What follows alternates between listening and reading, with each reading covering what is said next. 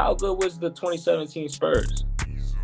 Man, bro, yo, I talk about that all the time, man. Yeah, If definitely. KD didn't go to the Warriors, bro, it's looking real scary for the Warriors against those Spurs, bro. Because you look at it like this, bro. Right behind the Warriors, you had the Spurs, the Yeah. second best defense in the league, bro. You know what I'm saying? And we talking about the team as a whole, but Kawhi Leonard was a crucial factor on that team, bro. He was third in MVP voting. Excuse me, I almost said third like this, but he was third in MVP voting, bro. He was second in box plus minus, bro. Third value over replacement, bro. He was doing his thing, bro. Kawhi Leonard was top 3 MVP. In the MVP race, he was top 3, bro. And it goes, unnoticed because of, Russell Westbrook. He had that historic year. The first man since Oscar Robertson to average triple-double. Then you had James Harden do his thing as well, bro. Everybody was blindsided by how crazy the Warriors was looking with KD and Steph. There was a lot of things overshadowing that. Yeah, and LeBron's performance in the finals and all that stuff, yeah. But that team was great, bro. They won about 60-plus games.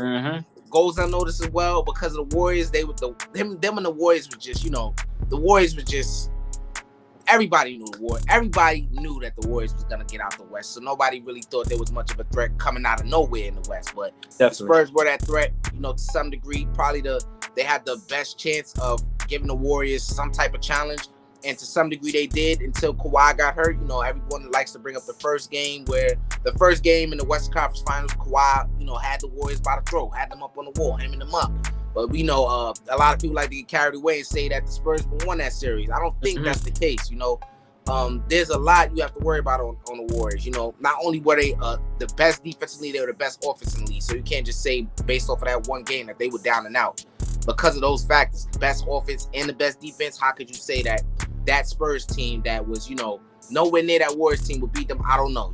Maybe that first game got people a little aroused. You know what I'm saying? People like to get excited, jump to conclusions. Because that wasn't expected in that first game. People thought the Warriors were going to blow the doors off of them, but that's not what happened. Kawhi went down. Ty's turn. He was out for the rest of the series, the rest of the year. But they got them up out of there in 4 games without Kawhi. But that Spurs team was very dangerous. And like I said before, if KD didn't go to the Warriors, that would have been the biggest threat to the Golden State Warriors in the Western Conference. The Thunder would have been in the mix as well. But that Spurs team goes unnoticed, and I think it needs to be talked about a lot more. They really did their thing that season, and it's just unfortunate that the Warriors with KD, took the shine off of that great season that Kawhi Leonard and the Spurs had. Great defensive team. That's the year after. This is the year after Tim Duncan retired. So that's what Kawhi Leonard really took over the mantle of being the star player on the team. Paul Gasol was still there. He was doing his thing as well. Decently. Right. They still had Tony Parker there. They still had Patty Mills there. It was just a great team, bro.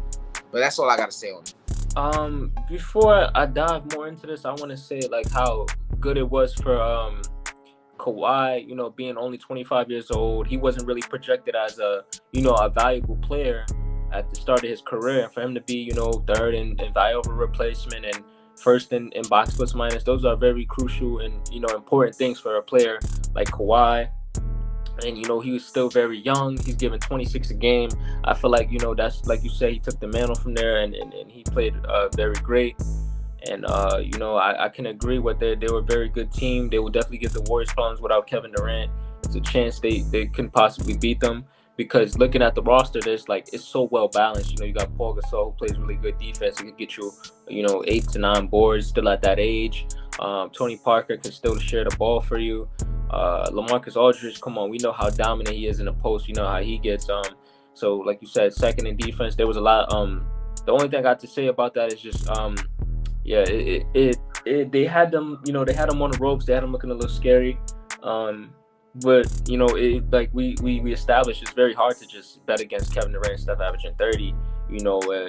Together. When they're both on the same page playing great, it's very hard to argue against them. So that was kind of crazy to hear back then. But it's understandable because they did have them looking like, yo, these guys, and if it was a team to beat them, it would probably be them because of how good that defense is. You got 3-and-Ds everywhere. You got guys who can move around everywhere.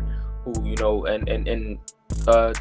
the Spurs have gave Kevin Durant a lot of problems through the years. They've been around Kevin Durant. They know all these guys.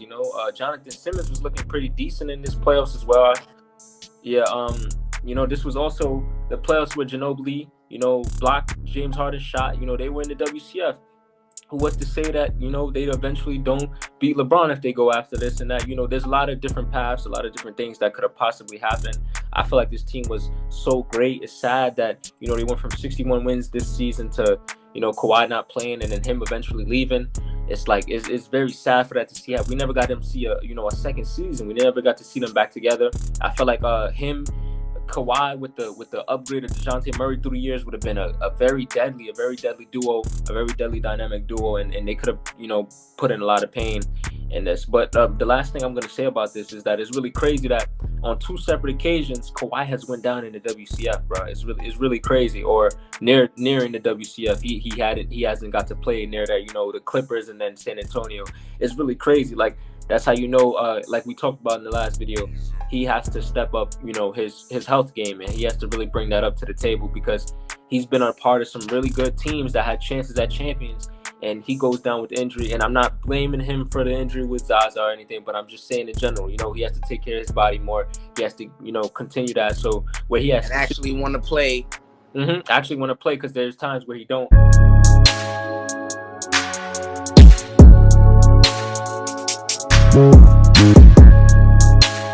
Thank you.